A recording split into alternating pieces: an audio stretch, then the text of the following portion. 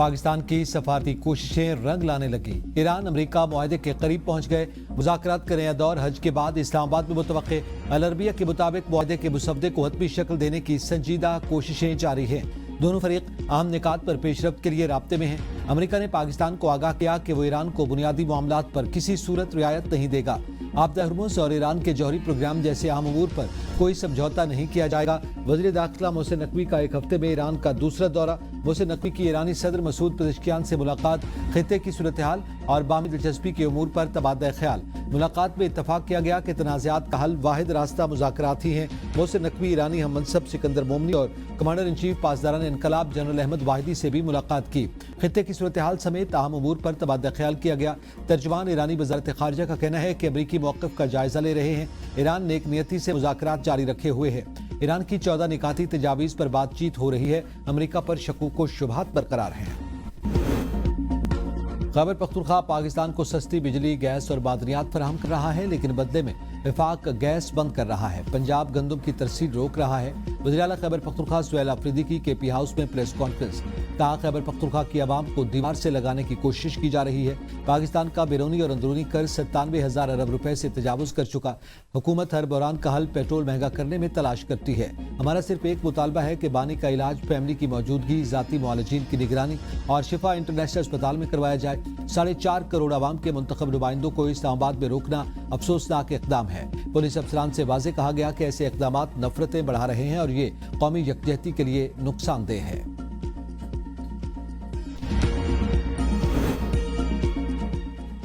سیاسی اور انتظامی نظام میں مستقل اصلاحات کے بغیر بحرانوں کا خاتمہ ممکن نہیں۔ سابق وزیر اعظم شاہد خاقان عباسی کی اے بی این نیوز کے پروگرام سوال سے آگے میں گفتگو۔ کہا قومی مسائل کے حل کے لیے اجتماعی حکمت عملی اور سنجیدہ قیادت ناگزیر ہے۔ پاکستان میں مسئلہ نظام کا نہیں، حکمرانوں کا ہے۔ جو عوام کے ووٹوں کے بغیر آتا ہے اسے عوام کی پرواہ نہیں ہوتی۔ موجودہ حکومت میں اصلاحات لانے کی صلاحیت ہی نہیں ہے۔ ملک میں اصلاحات کی راہ میں بڑی رکاوٹ حکومت کے اپنے مفادات ہیں۔ نظام کی تبدیلی جزوی نہیں بلکہ مکمل اور ہمگیر ہونی چاہیے۔ پرانی غلطیاں دہرانے کو تجربہ کاری کا نام دینا قوم کے ساتھ سنگین مذاق ہے۔ سوشل میڈیا پر ایک کلپ جو ہے وہ وائرل ہوا، خاتون جس کو ڈرگ سپلائی کرنے کے الزام میں گرفتار تھی اور اس سے تحقیق ہو رہی تھی، وہ جب کورٹ میں آئی تو اس نے کوئی میرا نام لیا۔ بعد میں آدھے گھنٹے کے بعد ایک دوسرا کلپ آیا کہ ان کے جو وکیل تھے وہ آئے اور انہوں نے ایکسپلینیشن دی کہ یہ خاتون جس وقت کورٹ میں گئی ہے تو اس نے کہا کہ مجھے پریشرائز کیا جا رہا ہے کہ میں راجہ پرویز اشرف کا نام لوں۔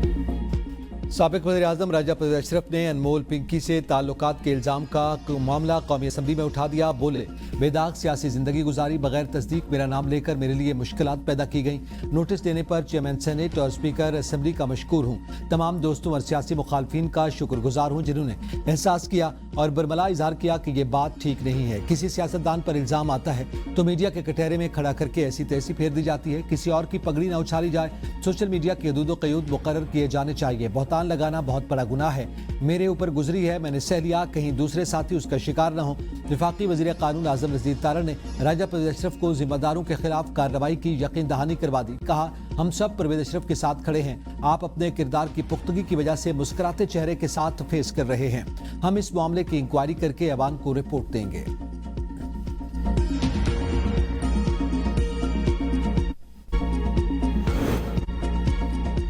پنکی کیس کی قومی اسمبلی کی قائمہ کمیٹی داخلہ میں گونج۔ چیئرمین کمیٹی راجہ پرویز اشرف کا نام آنے پر برہم۔ راجہ پرویز اشرف بھی کمیٹی اجلاس میں شریک۔ چیئرمین راجہ خرم نواز نے استفسار کیا کہ راجہ پرویز اشرف کا نام کیسے آیا۔ کراچی پولیس کے ایڈیشنل چیف آزاد خان نے کمیٹی کو بریفنگ میں بتایا کہ پنکی نے راجہ پرویز اشرف کا نام نہیں لیا۔ کراچی پولیس حساس ادارے لمبے عرصے سے اس کیس پر کام کر رہے تھے۔ 18 سال سے ڈرگ سپلائی کر رہی ہے۔ انمول کراچی کی ہے، لاہور میں ڈرگ سمگلر سے شادی ہوئی ہے۔ ٹھوس شواہد کی بنیاد پر کیس آگے بڑھا رہے ہیں۔ چیئرمین کا آئی جی پنجاب اور سندھ کو ملوث اہلکاروں اور سہولتکاروں کے خلاف فوری کارروائی کا حکم۔ ایڈیشنل آئی جی پنجاب اور ایڈیشنل پولیس چیف سندھ پر مشتمل انکوائری کمیٹی قائم۔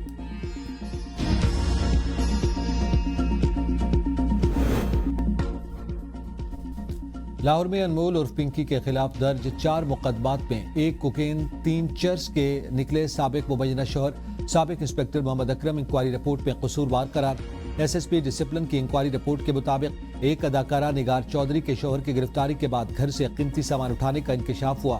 رپورٹ میں پیمپرز، دودھ، سونا، لیپ ٹاپ اور غیر ملکی کرنسی اٹھانے کا ذکر۔ محمد اکرم کو قصوروار قرار دیے جانے کے باوجود کارروائی نہیں کی گئی۔ افسران ایک دوسرے پر ذمہ داری ڈالنے لگے۔ پنکی کی لاہور منتقلی سے متعلق کارروائی شروع۔ تفتیشی ٹیم نے محکمہ داخلہ پنجاب سے ملزمہ کی طلبی کی اجازت مانگ لی۔ پنکی لاہور میں درج 5 مقدمات میں پولیس کو مطلوب ہے۔ کوکین کوئین انمول اور پنکی کے علاوہ آن لائن نشے کا دھندا کرنے والے 70 سے زائد منشیات فروشوں کی کراچی میں موجودگی کا انکشاف۔ 7 اضلاع میں سوشل میڈیا، موبائل فون اور واٹس ایپ کے ذریعے منشیات کا کاروبار عروج پر۔ قانون نافذ کرنے والے ادارے کی فہرست کے مطابق پنکی کے علاوہ 2 خواتین لال جان اور مہر النساء آن لائن منشیات کا کاروبار کر رہی ہیں۔ ڈسٹرکٹ ساؤتھ میں آن لائن منشیات فروخت کرنے والے 45 ڈیلر سرگرم ہیں۔ ملیر میں 2، ویسٹ میں 5، ڈسٹرکٹ ایسٹ میں 4 ڈیلر آن لائن منشیات فروخت کر رہے ہیں۔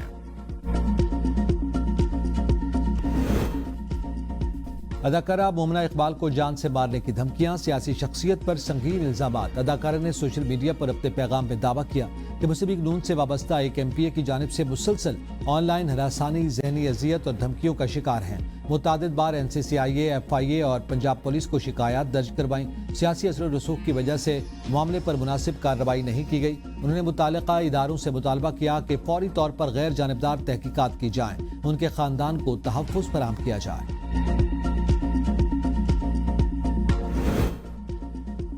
وفاقی تعلیمی اداروں میں موسم گرما کی تعطیلات کا اعلان۔ سکولز، کالجز اور دیگر تعلیمی اداروں میں گرمیوں کی چھٹیاں 25 مئی سے شروع۔ تعطیلات 31 جولائی تک جاری رہیں گی۔ تعلیمی اداروں میں نئے تعلیمی سیشن کا آغاز اگست کے پہلے ہفتے میں ہوگا۔ حکومت کا عید الاضحیٰ پر 26 سے 28 مئی تک 3 سرکاری تعطیلات کا اعلان۔ وزیراعظم کی منظوری کے بعد کابینہ ڈویژن نے نوٹیفیکیشن جاری کر دیا۔ عید کے تیسرے دن چھٹی نہیں ہوگی۔ گرمی کی شدت کے ساتھ ہی باران رحمت کا نزول، بارش نے موسم بدل دیا۔ راولپنڈی، اسلام آباد میں بارش، گرمی کا زور ٹوٹ گیا۔ ٹھنڈی ہواؤں اور بارش نے موسم سہانا بنا دیا۔ پنجاب کے مختلف علاقوں میں گرج چمک کے ساتھ بارش کے ساتھ ہی بجلی کی فراہمی معطل، شہریوں کو شدید مشکلات کا